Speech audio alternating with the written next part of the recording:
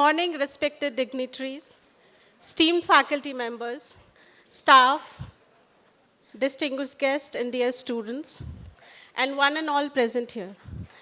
It's indeed an honor to welcome you all to the 11th late Professor Suresh Tendulkar Memorial Lecture hosted by Symbiosis School of Economics.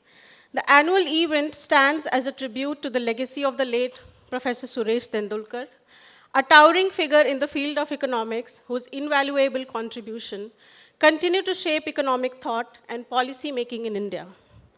The initiative was the brainchild of Professor Jyoti Chandiramani, Director SSE.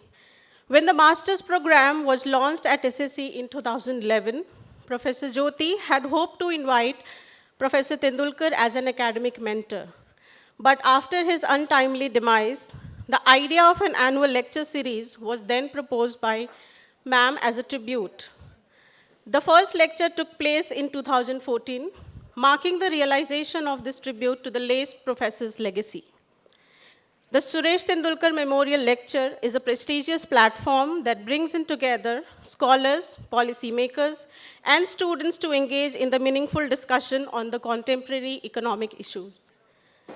Through this lecture series, we aim to uphold Professor Tendulkar's vision of fostering rigorous economic research and policy dialogue that can contribute to the sustainable and inclusive development. Over the years, STML has hosted distinguished economists who have enriched our understanding of the global and regional economic dynamics, making this event an essential part of our academic discourse. So to commence this proceeding, I would like to invite Professor Jyoti Chandiramani and Professor Selim Raihan on the stage, please. Ma'am, may I please request you to kindly take the stage and give the welcome remark. A very good morning to one and all present here today. To our distinguished chief guest, key speaker, Professor Selim Raihan. Sir, warm welcome to Symbiosis School of Economics. Warm welcome to Pune. And we are all here to hear you wax eloquently on the topic for today. Thank you so much. A warm welcome to the students for this double program of the Suresh Tendulkar Memorial Lecture, as well as the 17th annual day. I keep feeling that we have a karmic connect with Professor Tendulkar. We see his blessings with us at SSE over the years. The very fact that every time I called somebody to come and give a guest lecture or to come and give the Tendulkar Memorial Lecture, this was absolutely, whether it was Subir Gokan, whether it was Bibek Debroy, whether it is Selim Raihan, he didn't even hesitate. And they just said, yes, we are there for you and we are going to be there. Unfortunately, out of the 11 Suresh Tendulkar Memorial Lectures that we have, we've also had Professor Subir Gokan, a student of Professor Tendulkar, and Bibek Debroy. Both of them have unfortunately passed away over the years, but their speeches, their legacy, what they spoke remains with us. Professor Tendulkar had a connect with Pune. He did his bachelor's from none other than BMCC College, which is not even a kilometer down the road from SSE. In 1990s, he came there to give a talk in the post-economic reform period, around 94, 95, and that's the first time I met him. And then, of course, one kept reading about him in newspapers because poverty was a big issue at that point of time. And then we heard that he was coming to Pune.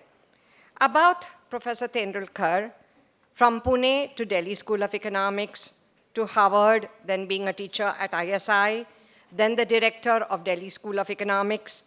He's been a member of the expert group on the estimation of proportion and number of poor, member of the 5th Central Pay Commission, Disinvestment Commission, part-time member of the National Statistics Commission, member of the Prime Minister's Economic Advisory Committee. That was in 2004 to 2008, and then the chairperson of the Prime Minister's Economic Advisory Council. Professor Tendulkar chaired a committee between 2004 and 2009, which did estimate poverty. He's reworked on it. And his new method for calculating poverty that expanded the definition beyond mere caloric intake to include spending on food, education, health, electricity, clothing, etc., is exactly what, I mean, of course, it's all been worked upon with respect to the multidimensional poverty index, which has been enhanced over the years. As I mentioned, there is a karmic connect with Professor Tendulkar. Poverty, as I said, is a multidimensional concept and will keep evolving. Though Tendulkar sir's methodology and estimates have had numerous debates. After that, you've had the Rangarajan Committee, and then simultaneously in 2010-11, you had the multidimensional poverty index, which got evolved. When we look at this, we realize, most of us who do research and work on research projects, that no measure remains constant and it's always evolving and you keep refining it from time to time. Well, when we look at India's data of 2004-5, 37.2% of our population lived below the poverty line as per Tendulkar's estimate. That came down to 29.8% in 2009-10 and 21.9% in 2011-12. I have been studying economics since the 70s and have seen so many such development indicators, from the physical quality life index to the human development index that was introduced by Amartya Sen and Mehboob ul Haq, one from India and one from Pakistan. A great thing about South Asia coming together. Then you had the Millennium Development Goals. Then you've had the multidimensional poverty index, which is still being used as a measure for poverty. And then, of course, the Sustainable Development Goals of 2015-17, which is an all-encompassing kind of indicator. And we have to say, Professor Selim, that we are champions of SDGs. We have linked it to our curriculum, we've linked it to our courses, to our program structure, to our research and projects, etc. So I think we're very happy to say that this is something that SSE is a champion about. Well, there are two main issues when we talk about poverty. One is on measurement, and the other is, what do we do about it? And while you have the basic income scheme in Europe, which has been tried in varied forms in various countries, it keeps changing because at this moment with the geopolitical framework and countries going in to spend more on defense, the well-being of the people is going to get compromised. And this is something that we have to be mindful about in the next quarter of the 21st century that we are going to go into.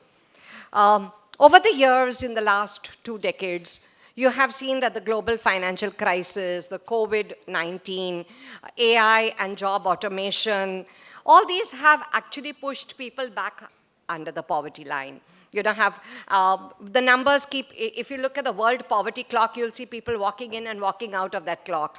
Very difficult to measure. What do you explain as measurement is something that we have to look at. You have the rising inequalities which are there. You have the World Bank definition of poverty, and that's something that Salim is going to be talking about, so I'm not going to touch upon that. And when we look at the multidimensional poverty index that India has got with 12 indicators, I was just telling Professor Raihan that we do have the central and the state government have schemes which map to education, health, and various such, indicators that are there. If you're talking about banking assets, then you have the Jan Dhan, Aadhaar, and the mobile, the JAM, the Trinity that is there. You have the Swachh Bharat for sanitation. You have something for electricity. But while all that is there, we can see that there has been an improvement.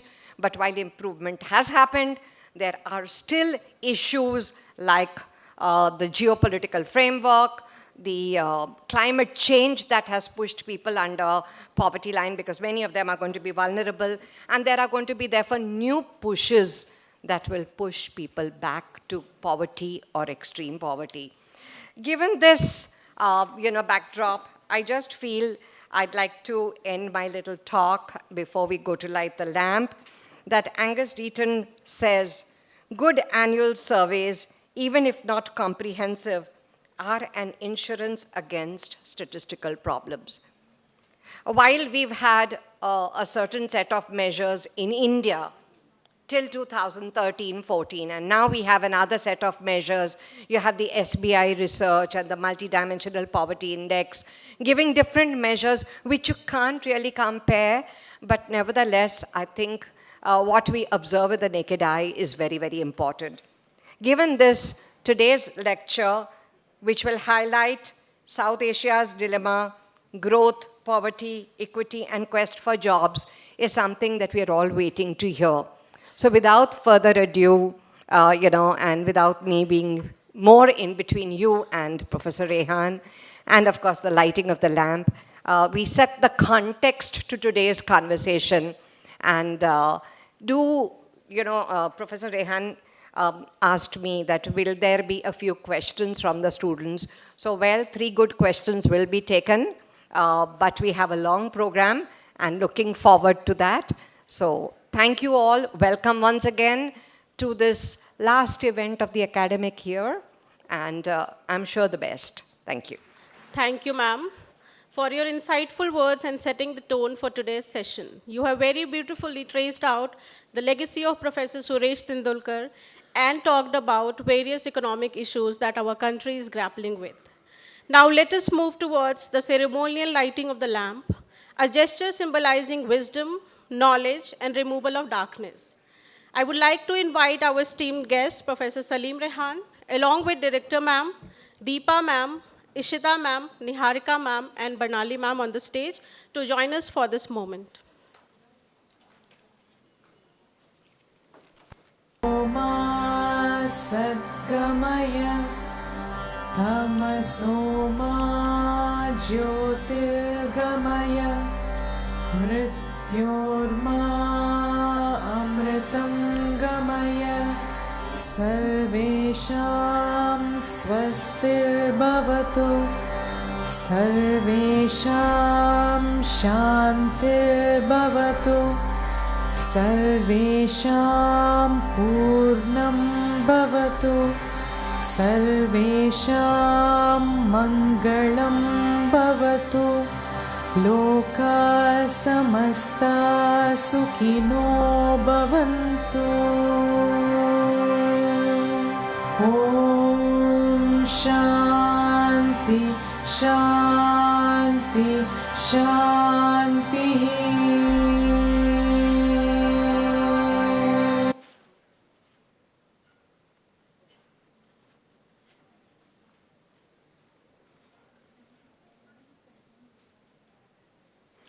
Thank you, everyone. Before we proceed further, I would like to request Jyoti ma'am to felicitate our distinguished guest.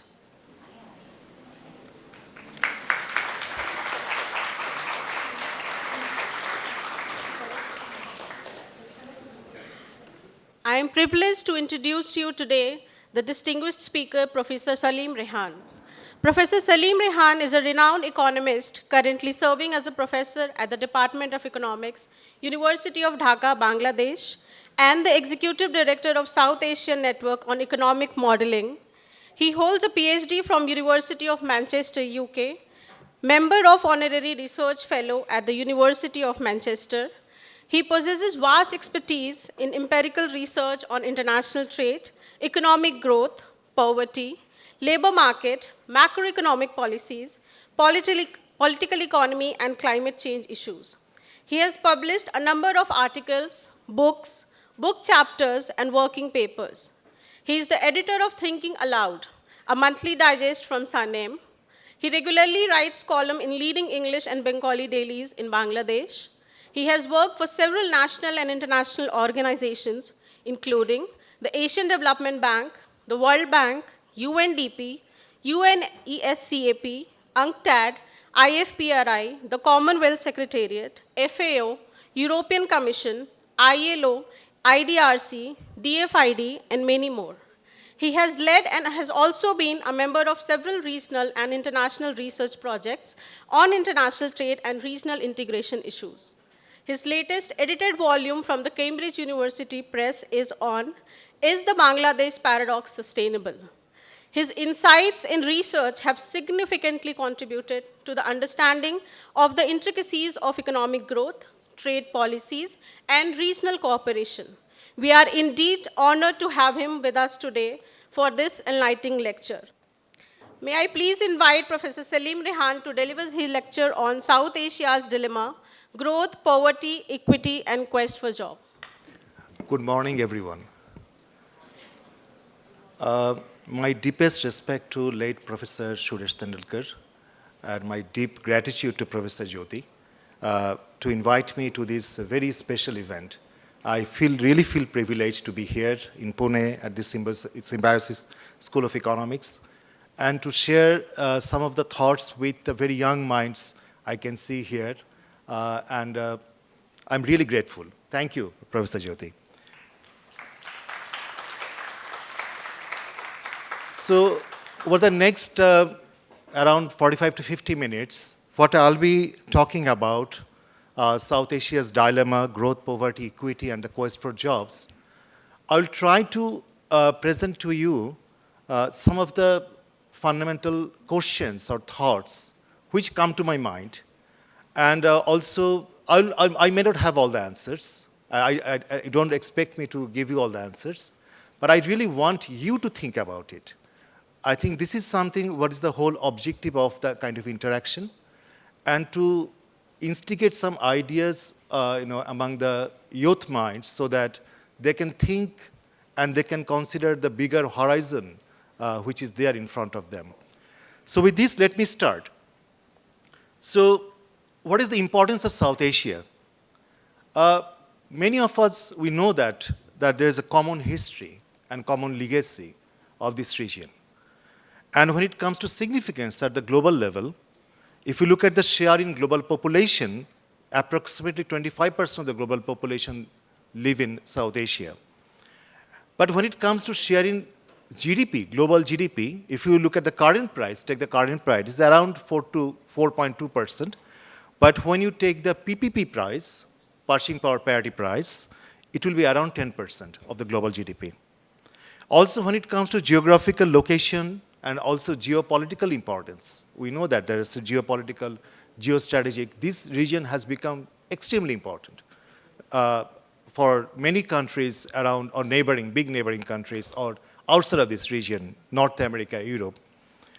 But also we know that when it comes to climate change and environmental challenges, many of the countries in this region are most vulnerable to climate change impacts. And also there are many common issues when it comes to addressing these climate change issues. Just to give you a bit of glance on the South Asia, if you look at these 8 countries, what I have presented here in front of you, their share in South Asian total. That means share in population, share in land, and share in GDP. And you can easily see that India obviously has the largest share. Around 75% of share in population, around 63% share in land, and around more than 75% share in the South Asian GDP. And then you can see other countries have some lower shares, probably in terms of GDP. Bangladesh appears to be the second largest country in South Asia. But then, of course, in land size, you can see Pakistan probably second to India. But of course, when you look at the last column, the per capita GDP, you see that there are some degree of divergence. Maldives, with a very small population, has a very high per capita GDP. But other than that, you can see that the countries in South Asia has kind of lowered GDP. And according to if you consider this lower middle income kind of threshold, most of these countries belong to that category. But then the question is, why dilemma? Why I'm talking about this dilemma? Because there is a big mismatch between the success in economic growth and social development in South Asia. When it comes to economic growth, South Asia is the fastest growing region in the world.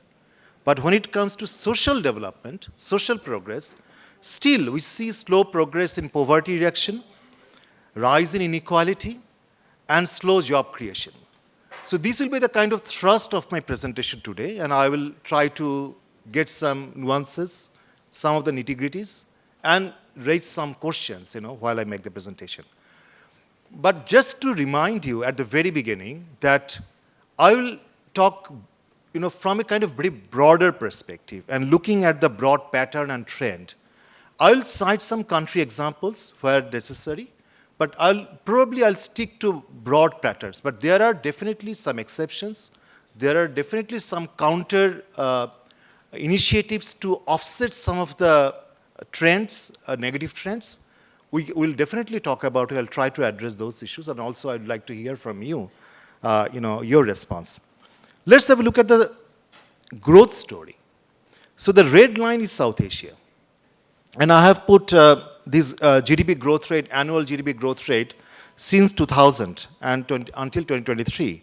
And you can see South Asia appears on the top, above all the region, in terms of annual GDP growth rate. That means the fastest, one of the fastest growing region in the world is South Asia.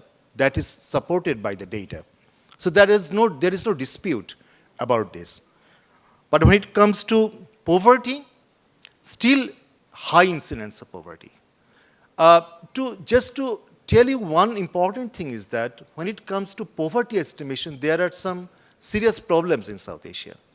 Because many countries, they don't really have very regular household surveys to estimate poverty. And at the same time, also there are definitional or conceptual issues related to debates about this poverty. So keeping aside all these things, what World Bank does, World Bank has kind of a unique measurement of poverty, and they apply it for all countries. So let's use these World Bank measures. This is called the poverty headcount ratio at 2.15 a day at 2017 purchasing power parity price. Then you can see the percent of population. So the red line is South Asia, and you can see from 2000, of course, that percent of poor people has gone down quite significantly and quite drastically. But the top line is the poverty rate for sub-Saharan Africa. So after sub-Saharan Africa, still South Asia has the highest average poverty rate compared to other regions, where here I have compared South Asia with other regions, means East Asia and Pacific, Latin America and Caribbean, Sub-Saharan Africa, and Middle East and North Africa, what we call MENA countries, Middle East and North Africa. So this story gives us kind of encouragement that there's a very good trend. Poverty is declining sharply. Sub-Saharan Africa is, we know that is a home to the largest poor people in the world.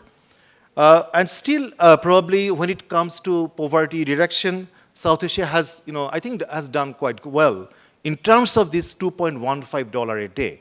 And in any way, this is a measure of kind of extreme poverty when it comes to, a measurement of poverty. But the question is, I think, there is a high incidence of vulnerable poverty. So we might be very happy with looking at the trend, the declining trend, but when we consider vulnerability, then it becomes very prominent with the upward adjustment of poverty line income. So what does it mean? So how do you measure poverty? There is a poverty line income, and we see the household's average income or average expenditure, whether those expenditures or income are above the poverty line income or below. So what happens in many of the South Asian countries, if you look at this household data, that a large chunk of households from the survey data, they are probably by the poverty line income, they are non-poor, they are not below poverty line income, but they are just above the poverty line income. That means if you just raise that poverty income by some margin, you will see a large chunk of households or people who were defined as non-poor earlier, they suddenly become poor. So how do we get this poverty income? How can it be adjusted? it can be changed because of inflationary pressure, it can be changed because of various other measures, because here we have considered in my last slide, poverty income for the extreme poor. But if we now consider poverty income for the moderate poor, who are not extreme, but let's consider some more income or some more things need to be considered in the lifestyle, then the things starts changing, the picture. Look at this picture. If we consider instead of $2.15 a day and consider it $3.65 a day, you can see that the poverty reduction rate in South Asia is slowing down. And it's now kind of converging. It actually converged up to 2008-9 with the rate of Sub-Saharan Africa. But what happened, the gap between South Asia and other regions, except Sub-Saharan Africa, this widening. So that is one thing. But again, when you consider another poverty line income, it's called $6.85 a day, then you see things are very, very different. That means that many of the households who were regarded as non-poor with a lower poverty income, they become poor when you adjust the poverty income. And in this case, South Asia and Sub-Saharan Africa became very indifferent. So that means that in the poverty reduction story in South Asia, across many different countries, there could be some country level variance or differences in South Asia. But the common story is that there have been success in reduction in poverty, but also there is a high incidence of vulnerable poor.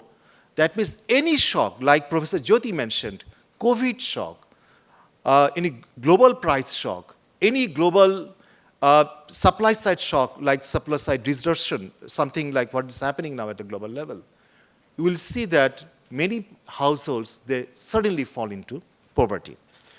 Professor Jyoti also talked about multidimensional poverty. Very quickly, I tell you that this is the estimate, the poverty, because the earlier slides I have shown to you, those were income-based poverty. But there are criticisms about income-based poverty because it doesn't really take into account some of the other measures or other aspects of livelihood. So this multidimensional poverty, this discussion, this discourse came out with the idea of looking at or taking into account health, education, and different components of living standards. So when they considered this, you can see that this multidimensional poverty rate in South Asia becomes around 21%. And Sub-Saharan Africa is, of course, they are almost 50% of their population. They are multidimensionally poor. And then you can see that second rate is South Asia.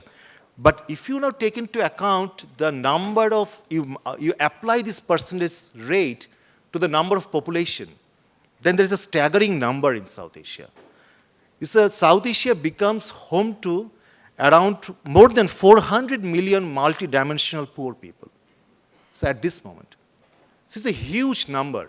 So what I'm saying, what I really tried to say that the growth story is great in South Asia, but we have a long way to go. And probably we have to run faster than what we have done in the past. Now, let's talk about inequality. When it comes to measurement of inequality, there are a lot of debates. Like I have talked about the measurement of poverty, and also it's related to the availability of data and the kind of survey data and regular data. But what World Inequality Database, what they have done, you can easily go to WIID database and you can get the data for many countries. What they did very nicely, they calculated, they tried to use the existing data, apply it, extrapolate it, and come up with these measures. And this figure is kind of alarming. So this is the top 10% of population's share in national income. Here you can see the South Asia is the red line, and that share is rising rapidly. That means the top 10% of the population, their share in their total national income is rising. And the richer is getting richer, in a simple language. So that's one thing. But they also provide another measure, which is the bottom 50% of the population's share in national income. You can see South Asia has, on average, higher share than any other region in the world, but more, I would say, concern is that there is a falling share, the falling trend in that share. 50%, whereas many of the regions, they are seeing a rising trend. So I'll talk about this inequality a little bit later also, but here you keep in mind, what does the story tell you? It tells you that while the poverty story has been great in reduction at the extreme poverty, still there is a high risk of vulnerability. There is also a growing concern of rising inequality. And I'll talk about this later, that many of the inequality measures what we do, even these statistics, what World Inequality Database they did, using the household survey data, they can't really capture the very, very rich people because the survey data, the enumerators would not be even allowed to enter those rich people's house to collect data. So I think we all know these problems.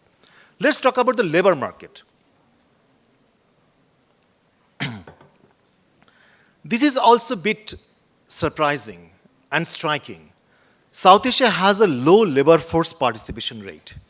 You see, South Asia, the Middle East and North Africa, they had the lowest labor force participation rate.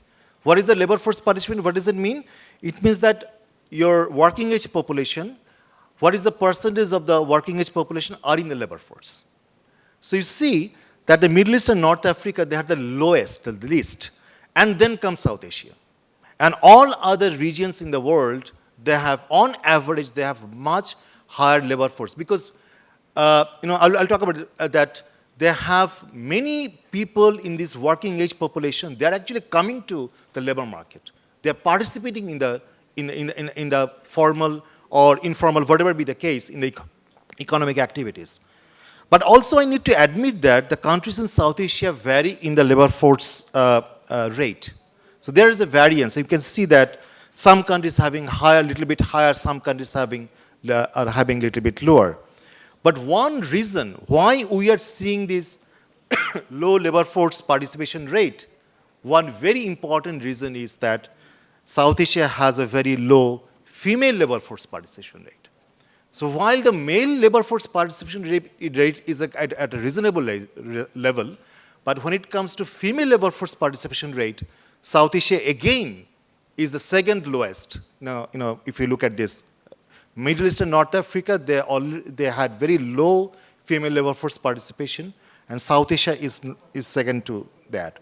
And there are also some variations at the country level in South Asia, where Afghanistan, quite naturally, they are the very lowest female, they allow female to participate in the labor market, and you can see only 5%.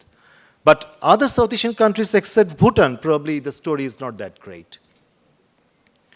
Also, we see that employment in agriculture is still very high. Though when it comes to GDP's share of agriculture, it is declining, but still agriculture provides the largest share of employment in South Asia. And very high level of vulnerable employment. What does it mean, vulnerable employment? And you can relate it with the high degree of informal employment. That means the workers, they don't have proper contractual agreement. The rights of the workers, rights to decent working conditions are very much not there when it comes to informal labor market. So in this case, South Asia and Sub-Saharan Africa, the share of employment, of the vulnerable employment share is almost the same compared to the other regions. And also we see this low employment to population ratio. That means, again, among the population, we see South Asia's labor market participation or employment, so it's not the labor market participation, actual employment participation is low. So I have already presented to you the kind of dilemma. Growth is on the one side, but some serious concerns when it comes to, with respect to poverty, inequality, and labor market. But my question is, can you explain the dilemma? How do you explain it?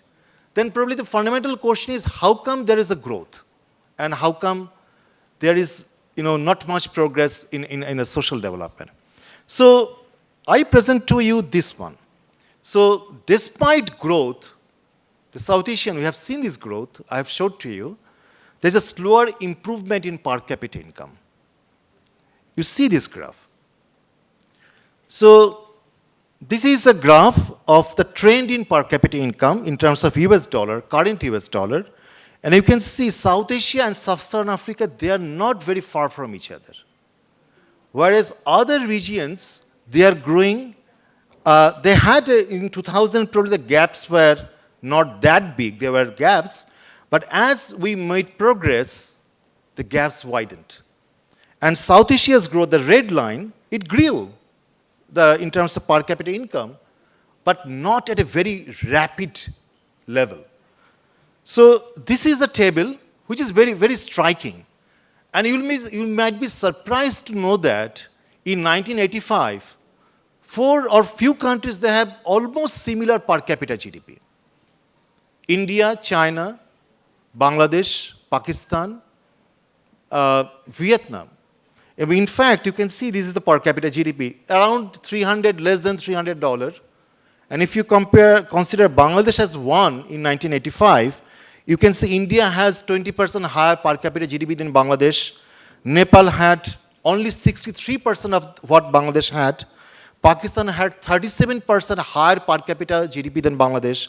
Sri Lanka had at that time 50% higher. China had only 20%. China and India's income per capita GDP was the same in 1985. And Vietnam had lower per capita GDP than Bangladesh. But things got rapidly changed in 2022. You can see that India actually had a lower per capita GDP than Bangladesh in 2022. Nepal became almost 50%. Pakistan became at least 60% of what Bangladesh had. Sri Lanka became 25%. But look at China and Vietnam. China became 4.73 times of per capita income. So while China's per capita GDP was less than $300, by 2022 it became $12,720. And Vietnam also showed some remarkable growth. So this shows that while some country in South Asia, while of course the per capita GDP growth was there, but many of the countries in East and Southeast Asia, they grew at a much faster rate. When it comes to structural transformation, I'm quite sure in your courses you have already known about what this structural transformation mean.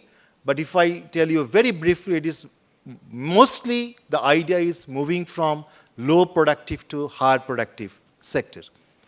Here also we see in South Asia the share of agriculture declined in GDP, but still it's high compared to any other regions in the world. And also there is a high dominance of services sector, and which is a concern in the sense that a large part of the services sector is still in the informal sector and not very productive. So that means when it comes to the structural transformation, there is not a very kind of rapid structural transformation in South Asia. But I will take you to another serious question. That's in the next slide. This is called the risk of premature deindustrialization. What is deindustrialization? Deindustrialization it has been naturally seen in Europe and North America that as countries grew and they became richer, after a certain stage, the share of manufacturing GDP declined. But while they were growing, their share of manufacturing in GDP and employment increased. But after a certain time, reaching at certain level, their share of manufacturing in GDP and employment declined. So that is a kind of natural deindustrialization. That means you see as country grow, the share of tertiary sector, especially the service sector, become very important. But what is premature deindustrialization? Premature deindustrialization means you experience falling share of manufacturing at a very early stage of your development, at a very lower level of per capita income. So if we look at South Asia, the red line, you see that it's a kind of, there was a rising trend up to a certain point, and there is a falling trend. It's on average. In South Asia, there's a kind of common average trend. But we can argue that whether this average trend captures the country-specific trend in South Asia. In general, I can tell you, in general, that is the trend in South Asia. More importantly, I think I have shown you at the very beginning, the second slide, the share of India in South Asia. So many of the trends are dominated by India's share because it's around 70 to 75% share. in GDP and various other things. Let's look at this very interesting graph. This is a very interesting graph. What I'm showing here, India's declining share of manufacturing in GDP at low level of GDP per capita. Just to explain to you, on the horizontal axis, I have taken log of GDP per capita, and on the vertical axis, I have taken manufacturing value-added share in GDP. That means manufacturing share in GDP. So as you move to the right, you become richer. Because I have taken the log, because you know why we take log, because if we apply this actual number, the graph, it would not be very possible to accommodate this graph. So it has scaled, standardized the scale. So if you go to the right from left, the horizontal axis, the country becomes richer. So here I compared India and Bangladesh with Malaysia. First look at this Malaysian graph. You see, as Malaysia became more and more richer, and its manufacturing share was rising in GDP. But after a certain point, the manufacturing share started declining. You can say this is a kind of natural deindustrialization, what is happening in Malaysia. Probably that resembles what happened, the experience what happened in Europe and North America. Though there are Malaysian economies, they also raise concerns. But compared to South Asia, I would say that Malaysia had a kind of, had a good story of rising its share of manufacturing. But you can see that very nicely it was rising and after reached a point and then it started declining. But look at India and Bangladesh. So Bangladesh story, probably the red one, was rising, and Bangladesh story in that case probably not deindustrializing. But again, there is a big concern in Bangladesh is that its manufacturing is heavily driven by one particular sector, the ready-made garment sector. So probably that is not that sustainable. So let's keep Bangladesh aside. Let's look at India, the blue dotted line. You can see that again, India started rising and then started falling. When did it start falling? At a much lower level of per capita income than what Malaysia has.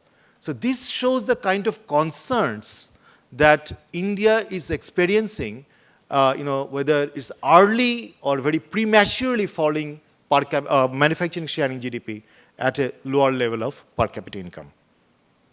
And for you, many of you probably know that this risk of premature deindustrialization was mentioned or discussed or written heavily by Professor Danny Roderick in many of his literature, many of his writings.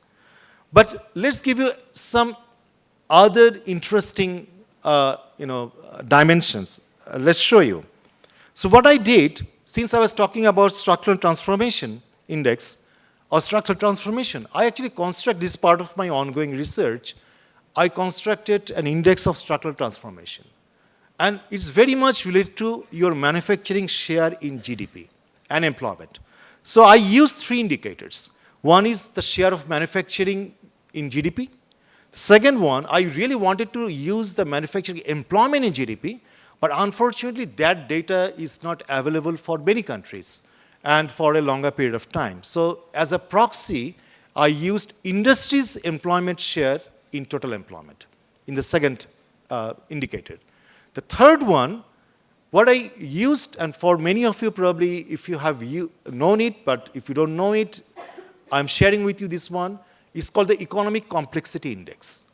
This is an index, it shows very briefly that the kind of products a country export, how complex these products are. Are they producing very simple products or complex products?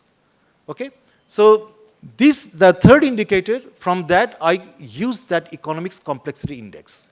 That means the more complex products a country produce, those countries are more, you can say, that capable of producing or producing more productive or or using more productive in a more productive way its available resources and be more competitive at the global level or technologically more advanced.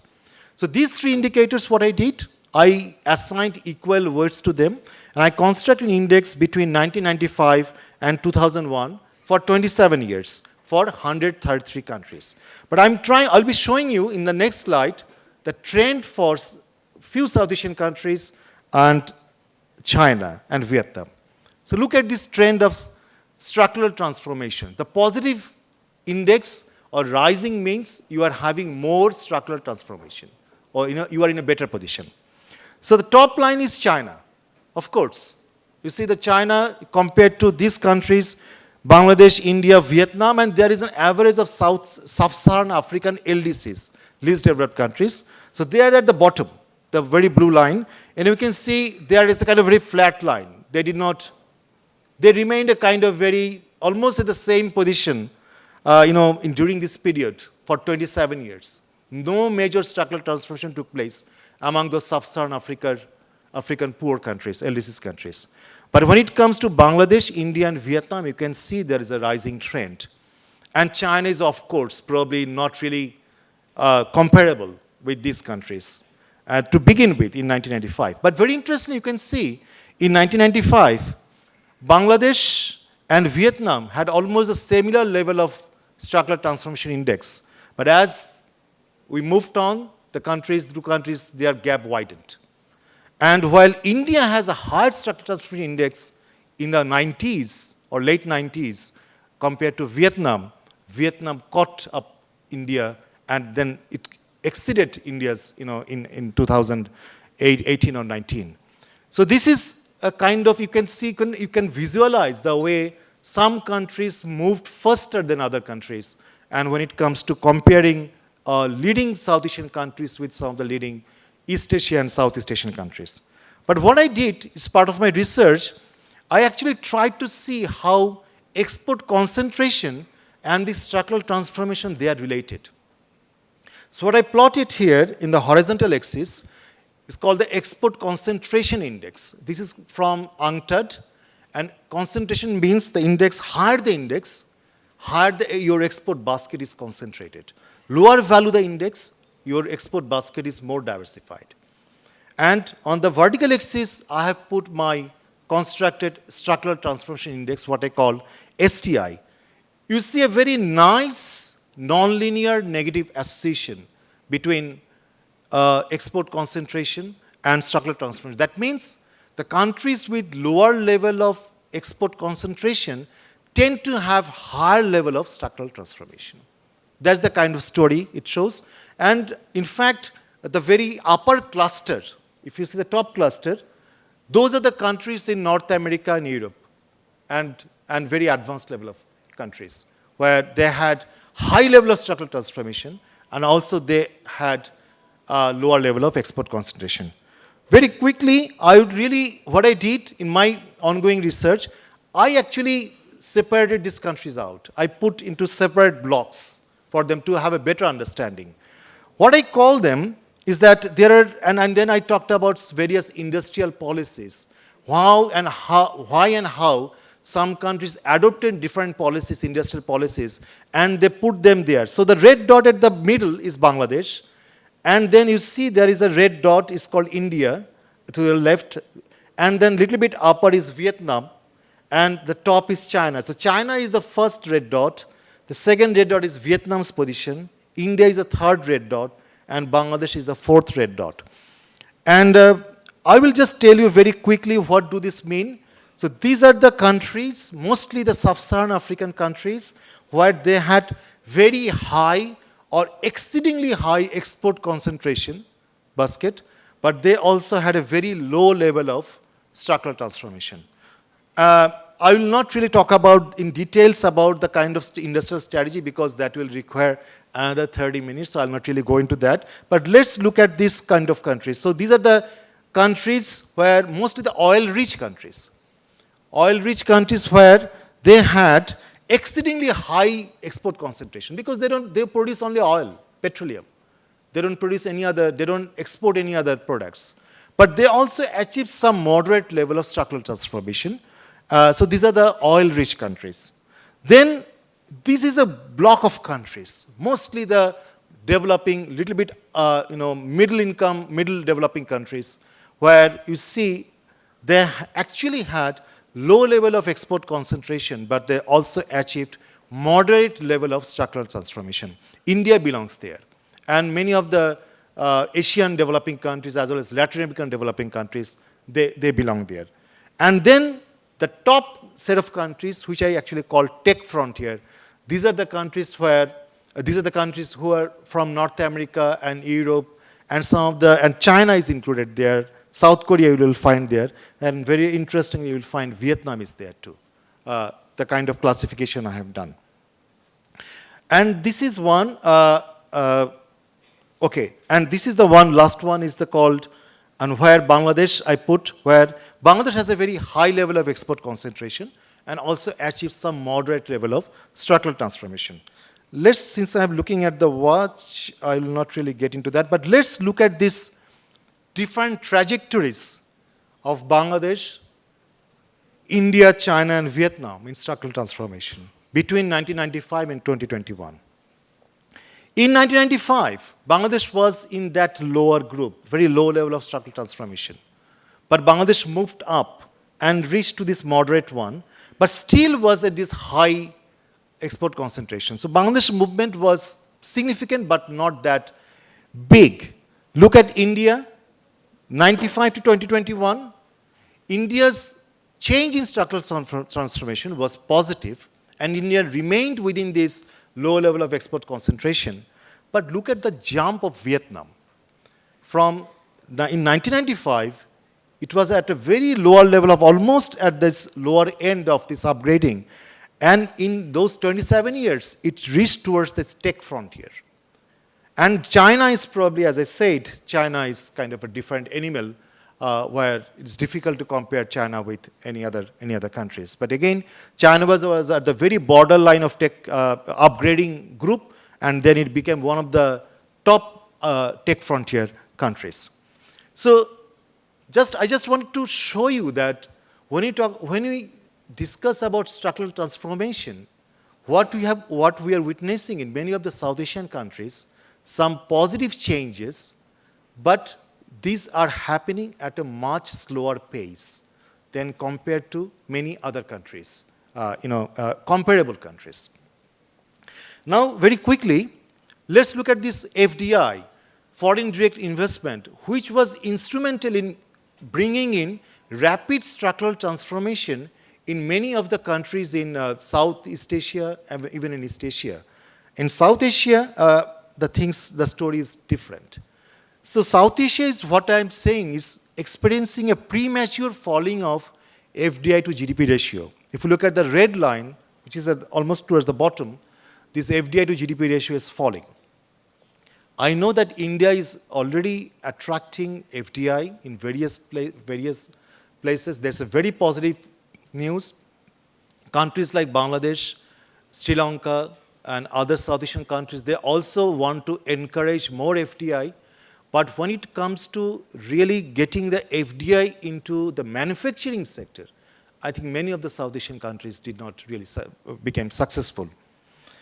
When it comes to trade orientation, trade to GDP ratio, especially what we call about this openness, many of us in many various literatures, we mention this trade orientation, trade to GDP ratio, openness. You can also see that South Asia appears to be very different from other regions. Many other regions, they became much more open compared to South Asia from the very beginning. South Asia started to open up, became more trade-oriented, but then again pace slowed down. So this is another area of concern. Also, this is a very striking feature I'm going to present to you, that according to the Logistic Performance Index of World Bank, what we see that there is a very slow progress in Logistic Performance Index. And in the Logistic Performance Index, you know that there are few categories like customs, trade infrastructure, and various other things. Despite that, countries in South Asia, they have invested quite a lot on infrastructural development and made a lot of progress as well. So that's a positive sign.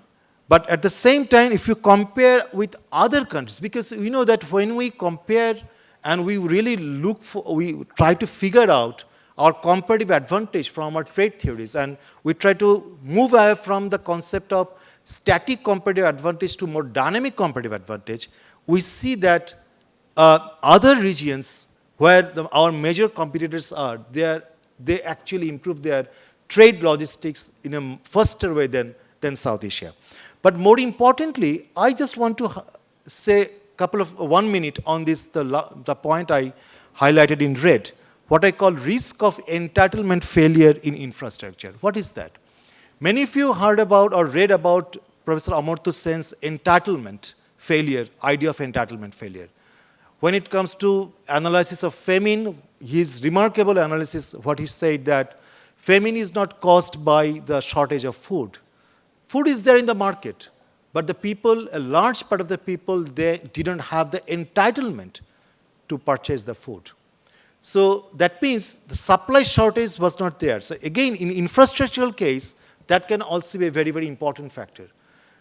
Many of the countries in South Asia, and even outside of South Asia, we have seen there is a huge emphasis on investing on very, very big infrastructural projects. But not really, not much attempt or interest in solving some small infrastructural problems which are very critical for SME development or very critical for diversification of the export basket or many new sectors to emerge. That means what may happen in this entitlement failure in infrastructure is that there are big roads, big infrastructures, but many SMEs or small industries or small sectors or many new emerging sectors, they are probably struggling to get onto those expressways because there is no connecting road for them to reach to those or get onto this expressway. We need investment onto those connectors.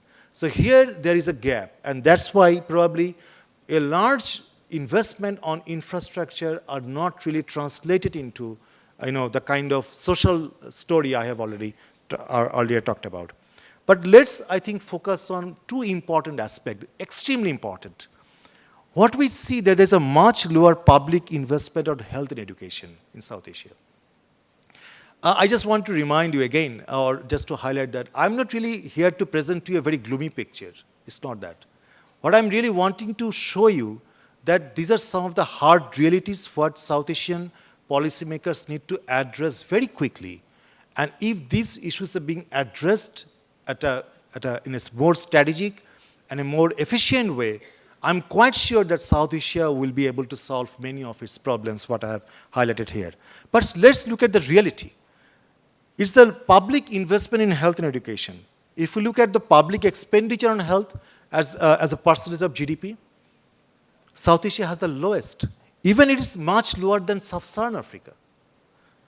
When it comes to GDP, is how much the government on average spending on health, public health, as percent of GDP annually, you see this is the lowest, and it remained lowest since 2000 until 2023. And that's why there's a concept called out-of-pocket health expenditure. I'm quite sure many of you are very much aware of it. That means out of the total current health expenditure, how much an individual actually pays out of his or her own pocket. And you can see South Asia has the highest rate of out-of-pocket health expenditure. That means your illness, your sickness, or whatever be the health complications, the major burden falls on the individuals to take this medical care. So this you can relate with the poverty and inequality. Because when you have this very high degree of out-of-pocket health expenditure, Professor Jyoti and I, we are talking in the morning about this, the shock a poor person can have. Because of a health concern, probably he or she may need to go to a private medical, spend high, probably selling some assets, and that will again increase the vulnerability of the poor people. That is a very big concern. Almost similar story happens with respect to education, public expenditure on education. So you see that the red line is the lowest, and probably more alarmingly, the public expenditure education as a percent of GDP is declining in South Asia. There is, of course, country to country variation, but the general trend is like this. Let's show you another very interesting picture. This is also a part of my ongoing research while I'm writing a paper on comparative advantage and dynamic comparative advantage. On the horizontal axis, I have taken land per 1,000 people. And on the vertical axis, this is the average years of schooling. This is a very, very interesting indicator of what UNDP uses, the average years of schooling, or expected average years of schooling for the Human Development Index. Probably many of you know that. So it is an imperfect indicator, averages schooling, but it shows that on average, what is the level of educational development of a country. So you see what I have done, this is data from 1990 to 2022. So I have compared South Asia again with East Asia, Pacific, Sub-Saharan Africa, Middle East and Latin America, North America and Latin America. So the lowest point in each line is the data for 1990, and the topmost point for each line is the data for 2022. Okay? So you see that in 1990, South Asia was almost close, had a lower average years of schooling than Sub-Saharan Africa. In fact, Sub-Saharan Africa had a higher average of schooling than South Asia in 1990. So probably you see that all the graphs is moving towards left. Why is that? Because as population is increasing, the land per thousand population is declining. That's why you are seeing a leftward, upward mobility.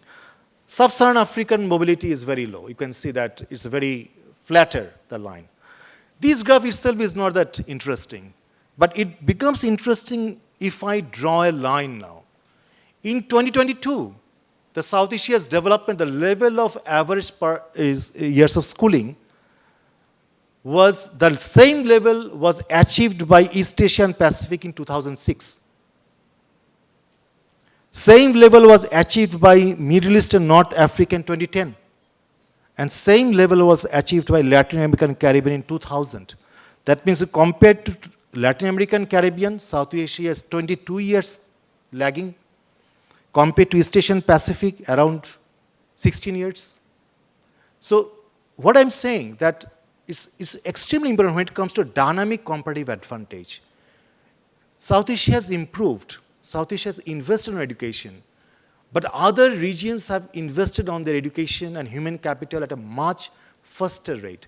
If you really want to, why the paper I'm writing is about, because you know that South Asia's export structure is mostly labor intensive, not skill intensive. Whereas East Asia, Southeast Asia's export structure is mostly skill intensive. If South Asia wants to move from labor intensive export to more skill intensive export, it has to change its endowment. So its endowment is unskilled labor, mostly huge unskilled labor. So you have to increase the skill level of this unskilled labor. That means you have to make them educated and health-wise more healthy. Here we see this kind of very big gap. Now the question is, there are some questions. Is there any South Asian development model? So South Asian countries have shared similarities in their development strategies throughout various periods. But nonetheless, many of these countries have frequently struggled to effectively adopt and execute development policies and strategies that facilitate productive structural transformation, lead to swift and sustainable poverty alleviation, tackle inequality, and promote rapid job creation. As I said, the pace is slower. And that's why there is a need to seriously rethink the development strategy in South Asia. In my last couple of slides, I'll just talk about some of the emerging issues in economic growth and structural transformation, because what I have presented here, in the world 20 years back, the same world we don't have. The world is changing rapidly. There is a global mega trend now in terms of 4IR, automation, climate change issues are coming up more strongly than in the past. There is a new ideas of new industrial policy where countries, they want to protect their, some of the very strategic sectors like semiconductor, renewable energy, and various other areas. So that means growing protectionism is a new phenomena. And of course, the trade war, reciprocal tariff, you are listening to it or you are seeing it almost every day on the paper. So then also there is a fundamental question that 20 years back, East and Southeast Asia, the way they emphasized manufacturing, is it still possible now for South Asia to pursue? I showed you the risk of premature deindustrialization, how to avoid it. There is a huge dominance of services sectors. But there is a counter argument that still the importance of manufacture can't be ignored. We can't ignore the importance of manufacture, especially the linkages between manufacturing with the services sector. Because we are seeing in many of the services sectors what we call manufacturization of the services sector, or in the manufacturing sector, servicification of the manufacturing sector. That means the kind of linkages between these two sectors getting more and more prominent with the development of new technologies. And also, there is a high risk of middle income trap, because if you don't really, if the structural transformation doesn't happen at a rapid pace, at a faster pace, there is a trap you can be within this middle income, because many of the countries in Latin America and in Asia, they remain either lower middle income country or upper middle income country for decades. They did not graduate. So this risk has to be avoided. And also there is a regional disparity in many of these South Asian countries. Various parts of the country, they don't really grow at the same pace, and some part of the country, they grow at a much faster rate, where poverty, deprivation remains very, very strong in other parts of the country. When it comes to poverty, the conceptual issues, I already showed you the ideas of poverty and vulnerability, income poverty and multidimensional poverty. More importantly, I think in order to help poor people to get rid of vulnerability is to enhance their capability. And how do you do that? What kind of government policies are needed? These are extremely important. That's why, to me, there are three fundamental questions. What are the structural factors behind poverty? We need to figure them out. How do different shocks, both economic and non-economic, affect poverty and vulnerability? And what are the important aspects of addressing poverty in a sustainable way? Some ideas about this inequality and some conceptual issues. We need to figure out some of the structural causes of inequality. And what could be the remedial measures, especially how do you use public policy, use of fiscal instruments, taxation, and redistributive measures to address inequality. And I think I have already talked about the problem of using survey data, because the survey data really can't capture very, very top rich people in the society. And also, when it comes to structural transformation inequality, if you look at the right graph, you see this is a part of a research where I was also a member. I contributed a chapter on that. So it shows that on the horizontal axis, if your structural transformation, the growth enhancing transformation can be either weak or strong, or your inequality can be increasing or stable or declining. So this is 2 by 2 matrix. South Asia falls into that top right corner. The analysis shows. It's called Kucinich tension, strong. The country grew faster, but inequality also rose. And you can see East Asia is actually not, it's called benign.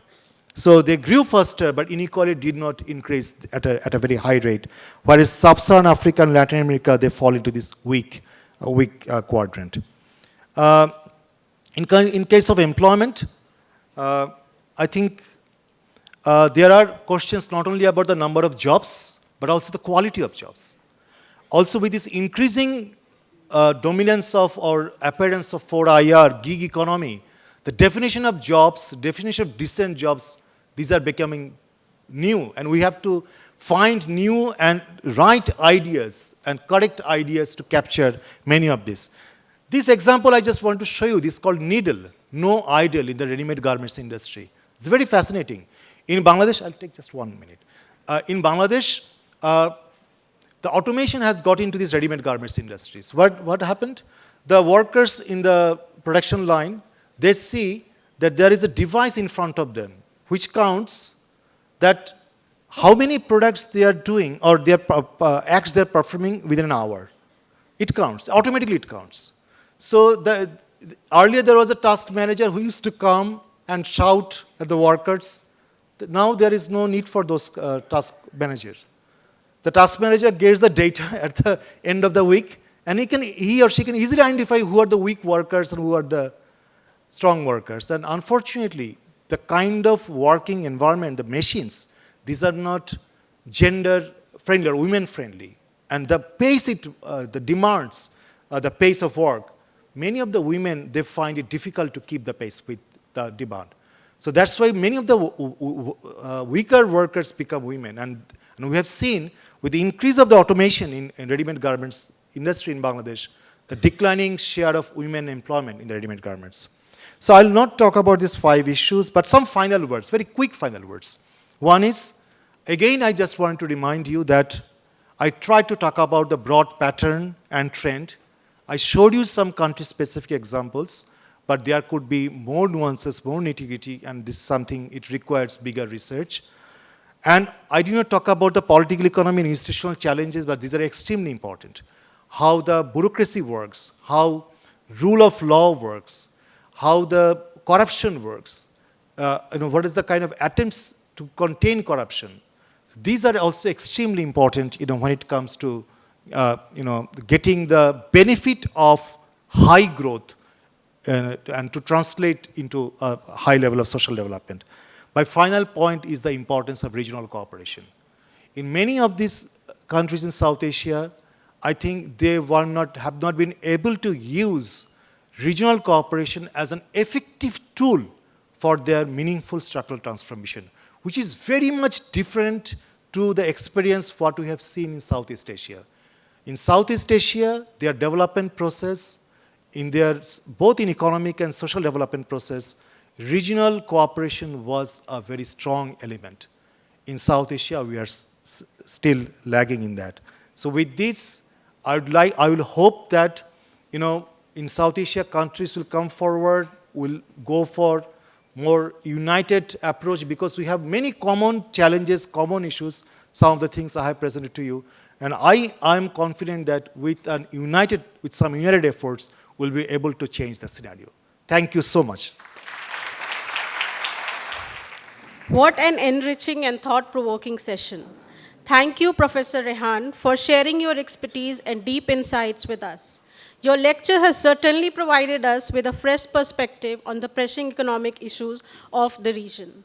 You have very well highlighted the importance of South Asia and its geostrategic positioning, which has really helped the country to grow over the years. How vast is the population and the share of GDP? The existing dilemma between growth under diverse scenarios, and most interesting was the structural transformation index and the changing dynamics of the country's growth. Lastly, you talked about the various economic growth issues like protectionism, trade wars, and climate change. And last but not the least, you were very well said about the importance of regional cooperation. Thank you so much for this wonderful lecture, sir. We now open the floor for 2 questions.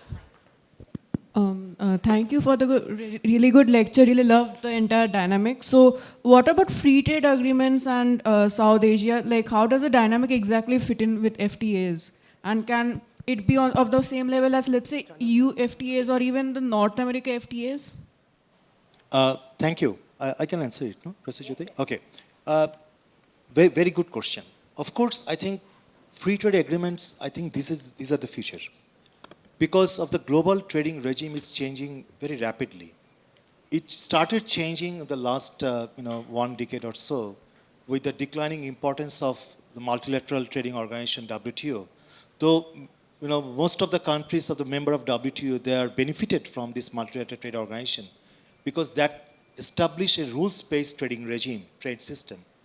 Other than that, you see that one country just imposing tariff in the morning on another country, and you don't find any other institute or organization to make a complaint or get the remedies out of it. So, but this has become a bit of reality now because we'll see more of trade war probably in the future, in the coming days. So in that case, the countries with an idea or believe in free trade or believe in this, they don't really appreciate this kind of trade wars. I think they should come closer to each other. And in that case, the initiative of EU-India FTA, I think is a very right step towards, that kind of thing, towards, I would say that addressing some of the very anomalies at the global level. But at the same time, that there is a big mega trading bloc in Asia also, which is called the Regional Comprehensive Economic Partnership Agreement, which India did not, participate in 2018-19. But my belief and my hunch is that probably India will reconsider because I think this is something as I said, the countries who believe in common free trade values, they should come closer. Thank you. Thank you so much. Good afternoon, sir. Good afternoon to everyone present here. Sir, my question was basically about the fact that Bangladesh just went through a period of political instability and it's slowly moving towards a more stable order. So, do you think political stability in Bangladesh could also have a very positive impact on India specifically? And if so, do you think it would also have an impact on the STI that you mentioned? And if so, how would it impact South Asia as a whole? Thank you. I think political stability, not in only in Bangladesh, but all other South Asian countries are extremely important. And the problem is that we are, as I said on a very, very first slide, we have common history, common legacy. So the issue of political stability in one country spillovers to another country. So I'm very much hopeful the transition and transformation for what is happening now will go into the very positive direction, and a very peaceful and prosperous Bangladesh is extremely important for this region, for the regional stability. And I fully endorse a view that probably this will also lead to a more productive structural transformation in Bangladesh and also help in other countries. Just to add one point about the free trade agreement, what Professor Jyoti she reminded, the importance of South Asian free trade agreement. We had SAFTA, but unfortunately for many reasons, which I'm not really getting into the details, it did not really materialize much. It saw some progress, but then it did not really materialize much. So I think we need to again look back, and some of the issues what we agreed on in SARC or SAFTA, or even there is a BIMSTEC approach which is there too. And BIMSTEC summit is going to take place on 4th of April in Bangkok. I see that if these initiatives can really be materialized, then there will be new areas of cooperation. For example, during COVID, we all realized that how important regional cooperation is. When the vaccines were not available from global level, and then we found the countries, they actually came forward and provided the support. And also there was a need for more support. I think this is the areas probably the countries need to look at more effectively. Thank you.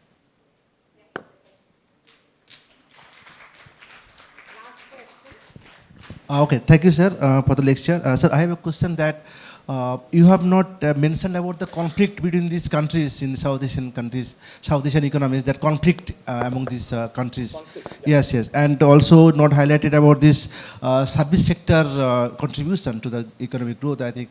And one more part is that economic high income, the income per capita, how can we increase that income?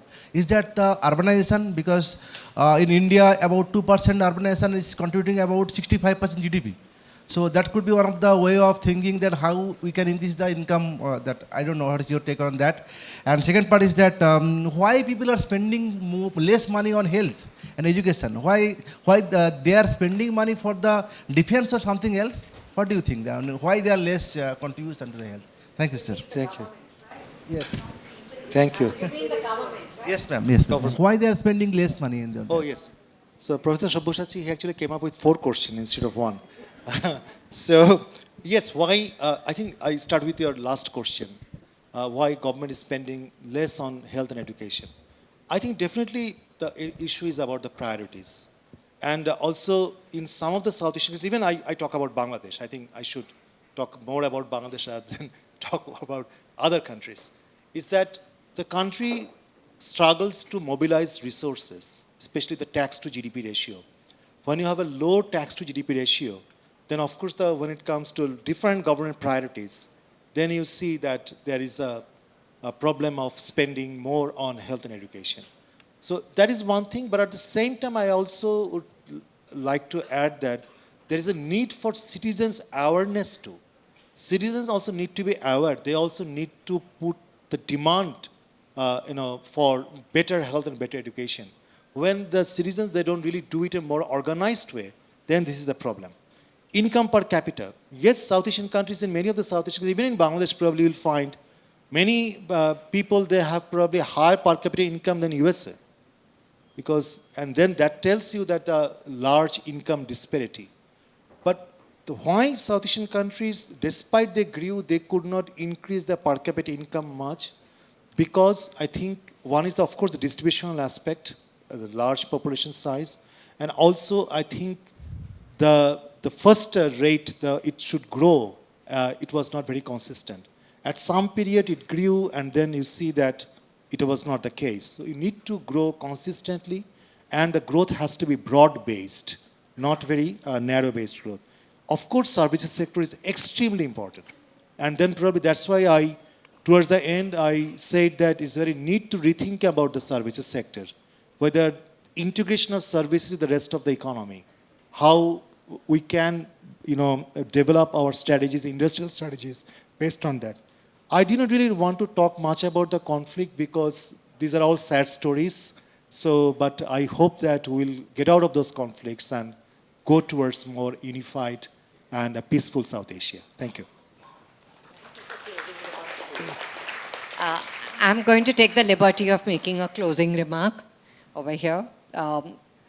Point number one is we do hope, and keeping our fingers crossed, hoping that good sense prevails on South Asia as a region, and SAARC and its FTA is revived, because I think there's enough potential for trade between the region, while each country, whether it is Bangladesh, India, etc., are renegotiating. I also wanted to highlight to you that there are a large number of states in India like Tamil Nadu, Gujarat, which have a high industry component, and they have a GDP which would probably be inching towards an upper middle income economy. So while the whole of India gives you this picture of being lower, but there are pockets of excellence that are there in the Indian front. And of course, I think when we had a conversation this morning, both Bangladesh and India, though you find that the proportion of the expenditure on education and health is limited, we do fall back on the private sector for this. And even when government does spend, I think the people are more inclined towards private education and private health, something that has to be done in terms of marketing it or branding it in a manner that you have faith in the education and health that is even there from the public sector. So I just thought on that front, we will, close this session for today. And thank you, Salim ji, for a wonderful, wonderful conversation.